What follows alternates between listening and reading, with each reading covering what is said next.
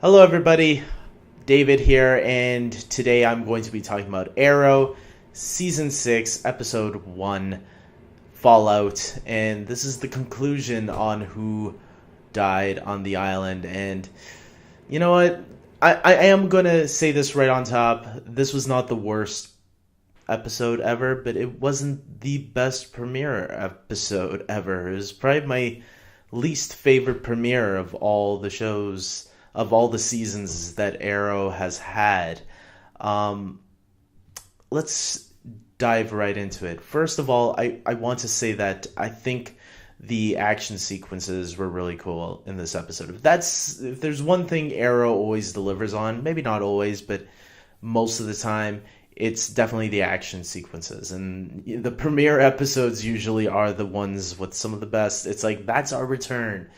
That's how we get right into the kick of things with some really cool action sequences. We get a new villain, maybe, who likes to blow up things, who seemed just like your typical villain of the day. I don't know if we'll be seeing more of him. It seems like they were expecting him to return, but he didn't. So there we go. We do get Black Siren back in this episode. We find out that she survived through the flashbacks, which I'll get into more very soon.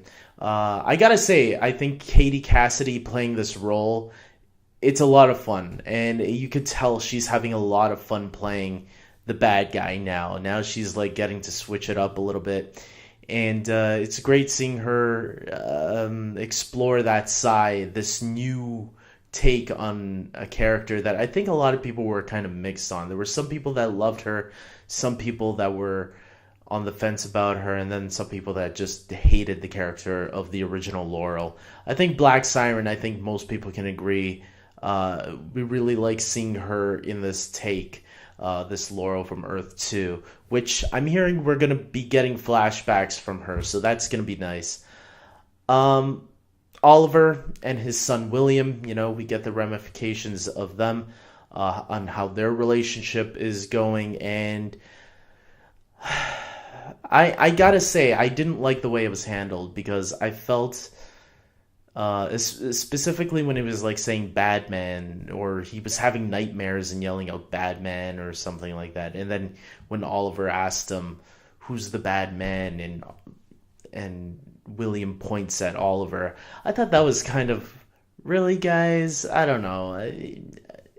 I had a feeling that was coming too, and that part seemed kind of predictable. Um, and then obviously it was resolved by the end of it, showing that, okay, looks like the relationship is going to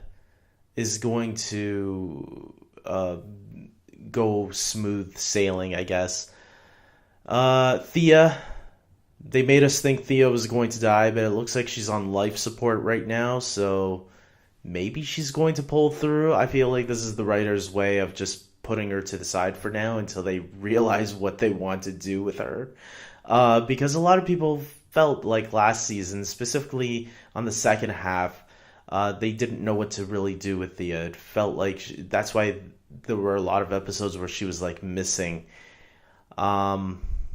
And now it feels like they put her in a coma just to really, okay, stay in a coma until we know what to do with you. And that's how I felt too. I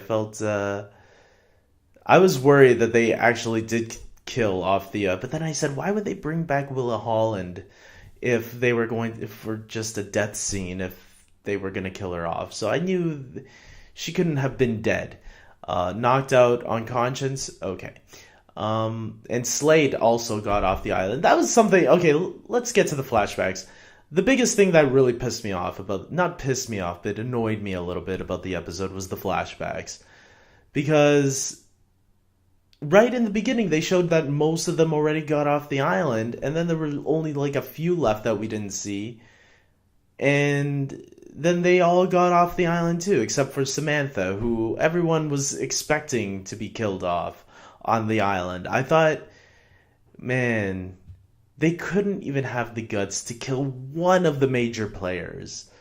I was really I love Felicity, but I was really kind of hoping Felicity would have been the one to die. Um, because Curtis kind of fills in that Felicity role as the computer genius.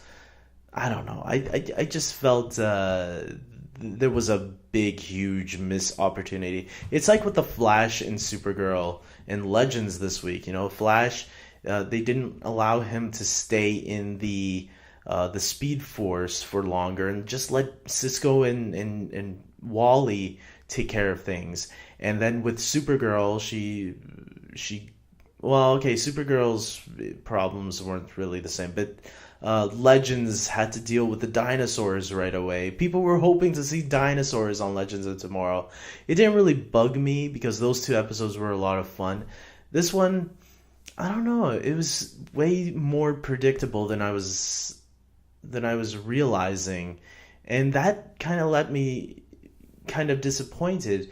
And it felt like the writers weren't really doing their best in this episode. I feel like they were just paint by numbers. Let's just bring them all back. Let's not even reveal. There was one big reveal, which I'll leave for the end. But let me talk a little bit about the new Black Canary, Dinah, Drake, and Quentin, whose relationship, obviously they're kind of forming a relationship there and kind of backing each other up and all that. Quentin, shot Laurel on the island, and that didn't go very well. Because now she knows she can take advantage of him. I don't know. And then we have the biggest shock of the episode, and maybe the best part, the only good part really good part in the episode was Felicity calling up Oliver, telling him to turn on the TV. And it looks like his picture is out there on the news, and next week he's going to have some splaining to do. So that part obviously got me excited for next week, so I'm hoping next week's episode will be really cool. And if they're smart, I think if I was the writers on the show, I say, you know what? Let's change things up here a lot. Let's have Oliver out himself. Okay, it looks like in the preview he's like trying to deny it and saying it's not him. But I say, let him accept it and say, you know what? Fine. I'm Green Arrow. I think, we never had that in a superhero television show yet before. I think it would be the best move that they can make. It happens in the comics anyways. So, I don't know. That's my hopeful prediction for next week, is that they will allow Oliver to out himself. And then let's see what kind of new dynamic that gives us to look forward to, because I think that's a promising next week's episode definitely looks a little bit more promising than this episode. Again, I might be sounding like I hated the episode, and I didn't hate it.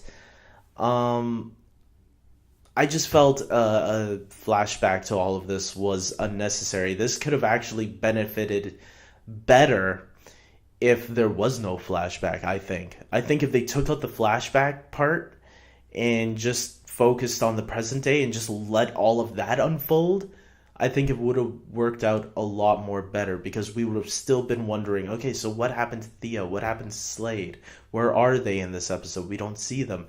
And then we would only see what we would see in the episode that we got, but without the flashbacks. And I think that would have been a better way of revealing, if one by one, all the characters that survived. Other than that, look, it wasn't a strong premiere, but like I said, I don't feel it was the worst episode that they've done. If I had to rate it out of 10, I would give it like a 7 out of 10. So there we go on that. So let's hope next week's a better episode, guys. Comment below, tell me what your thoughts are on this episode. Did you love it? Don't worry, if I didn't love it, if I liked it, that's good enough for me. But if you guys loved it, express yourselves and tell me what you guys thought. Maybe you can sway me and make me think, you know what? Yeah, he was right. Maybe that wasn't too bad of an episode. Or maybe that was much better than I was thinking. Like, subscribe, and until next week, take care.